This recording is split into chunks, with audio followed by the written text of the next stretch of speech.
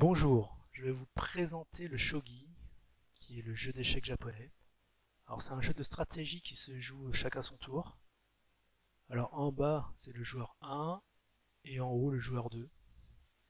Alors le but du jeu c'est de capturer le roi adverse. Nous allons commencer par les déplacements de base.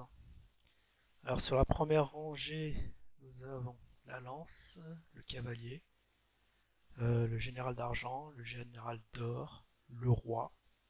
Puis sur la deuxième rangée, nous avons le fou, la tour. Sur la troisième rangée, on a une armée de 9 pions. Puis pour l'adversaire, sur la septième rangée, on a les 9 pions. Puis la tour sur la huitième rangée et le fou. Et puis sur la neuvième, c'est exactement la même chose que les pièces adverses. Alors du coup, on va commencer par la première pièce qui est le roi. Alors le roi il se déplace sur les 3 cases qui sont en avant et sur les 3 cases qui sont en arrière et à droite et à gauche, ce qui nous fait un total de 8 cases. Donc on rouge les déplacements possibles pour le roi sur un coup. Par exemple, hop, voilà, il s'est déplacé sur la case en haut à gauche. Puis le roi adverse, alors c'est pareil, il se déplace en avant, comme c'est renversé, donc l'avant est là, l'arrière c'est sur les 3 cases qui sont là, à droite et à gauche. Donc là, si le roi recule, il peut faire ça. Puis, voilà, on a les deux rois. Alors imaginons que le roi avance comme ça en avant, lui aussi en avant. Il se met en prise. Si le roi prend l'autre roi, c'est partie terminée. Le joueur 2 gagne la partie. Bon, bien sûr, les parties sont pas aussi faciles que ça. Il va falloir lutter pour capturer le roi adverse. Donc ici, c'est le général d'or, que je vais appeler l'or pour simplifier. Alors l'or se déplace sur les 3 cases qui sont devant, comme le roi, sur les cases à droite et à gauche, et puis sur la case qui est derrière.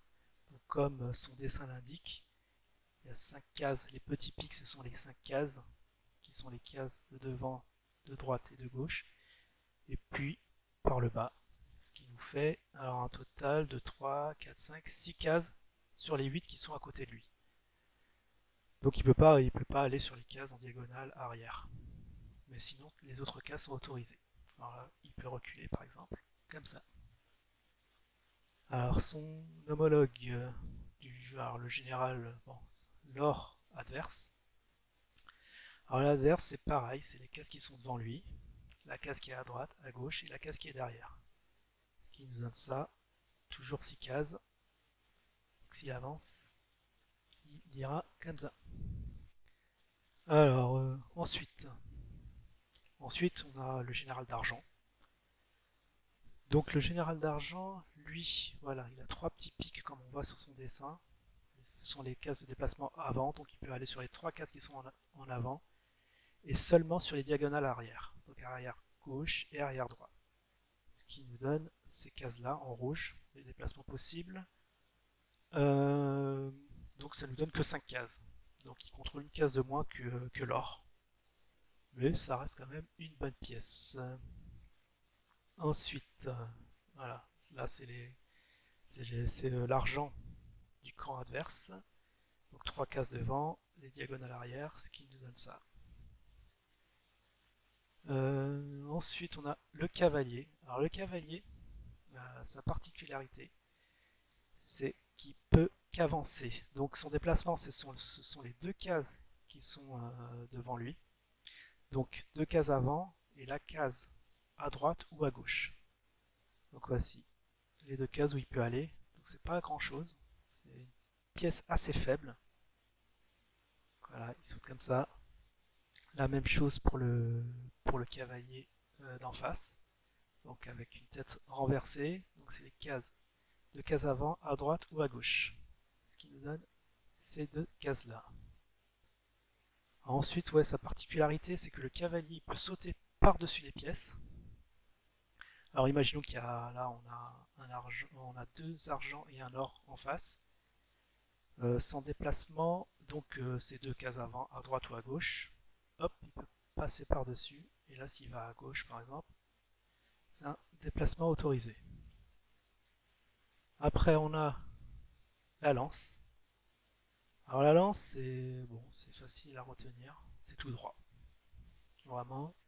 Donc il peut avancer d'une case, deux cases, trois cases, jusqu'aux 8 cases, la huitième case qui est devant lui. Ce qui nous donne ça. Par exemple, voilà, je peux choisir de venir sur la sixième rangée. Ensuite, on a une pièce qui est un peu plus puissante que les autres, c'est la tour. Donc là, la tour, s'il est au centre, alors si elle est au centre, elle peut aller sur toutes les cases qui sont devant elle, sur toutes les cases qui sont derrière, toutes les cases qui sont à droite, et sur toutes les cases qui sont à gauche. Alors ce qui nous donne ça en rouge, tous les déplacements possibles d'une tour. Alors c'est assez costaud. On peut aller jusque là, comme ça. Sinon, on a toujours la tour. Alors là, c'est pour illustrer les déplacements possibles. Alors, à droite, on a un or. On a l'or qui est à droite. Et la tour peut se déplacer que d'une case, parce qu'il y a l'or qui l'empêche d'aller plus loin. À gauche, c'est pareil. Il peut aller que de deux cases. Il n'y a que deux cases de libre. Et en face de lui, il y a un argent adverse et une tour, et en bas une tour adverse. Donc il peut capturer, aller sur la case adverse, ou prendre la tour qui est derrière elle. Mais voilà, sur les côtés, il n'y a que une case à droite et deux cases à gauche. Du coup, un déplacement possible, ce sera de manger carrément la tour qui est derrière, comme ça. Donc on retourne la tour adverse du plateau, et voilà, elle remplace la case. Ensuite, nous avons le fou, qui est la deuxième pièce la plus puissante. Juste après la tour, alors le fou se déplace seulement en diagonale. Si je sélectionne, regardez les diagonales, ce sont les cases qui sont comme ça en croix. Hop, voilà, toutes les cases rouges. Ce sont les déplacements possibles du fou, donc il peut aller dans le coin en bas à gauche, ou tout à côté, ou seulement se déplacer deux cases, comme ça. Ensuite, là, voilà, bon, la même chose pour le fou adverse, hein. Ce sont des diagonales. Par exemple, voilà, je vais illustrer, disons que le fou se déplace ici. Là, si je mets mon fou ici, ce fou est en prise. On va pas. Ce fou est en prise, je peux le capturer. Voilà. Alors, il nous reste plus que la dernière pièce, c'est le pion. Le pion, c'est tout simple, il fait qu'avancer d'une case. Donc, si c'est un autre tour de jouer, on sélectionne et il avance que d'une seule case. Bon, c'est pas très, très puissant, mais c'est quand même, elle a le mérite d'exister. Voilà une illustration. Donc, nous, dans le camp, pour le joueur 1, le pion avance d'une case. Pour le joueur 2, il avance d'une case. Donc, il va vers le bas, lui, il avance. Et la capture du pion, c'est tout droit. Comme ça, le pion adverse disparaît du plateau et il prend place. Le pion adverse prend place. Du coup, on peut revenir sur la position initiale. Donc on a la lance. Donc la lance, le premier coup possible, on peut jouer un coup de lance. Donc il y a juste une case possible en face. Le cavalier ne peut pas jouer puisqu'il y a des pions. On a nos propres pions qui le gênent. Alors pour l'argent, il n'y a que deux cases. Il y a le fou qui le gêne ici. Bon, l'or, il peut se déplacer des trois cases qui sont devant. Pareil pour le roi. L'or qui est à côté, c'est pareil, 3 cases. L'argent, 2 cases. Le cavalier, il peut pas. Et puis, la lance peut avancer d'une case. Et puis, la tour.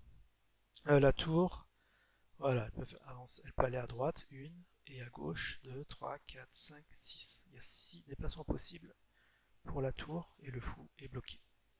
Donc, ce qui fait un total pour le premier coup, un total de 30 coups possibles. Ce qui est assez beaucoup, enfin plus nombreux que le jeu d'échecs. Et en face, on a aussi 30 coups, ce qui fait pour le premier coup 900 positions possibles, rien que sur un coup. Donc voilà pour les positions de base, pour le shogi. Je ferai une autre vidéo sur les déplacements complémentaires pour pouvoir représenter vraiment la totalité des règles du jeu. Je vous dis à la prochaine. Bye.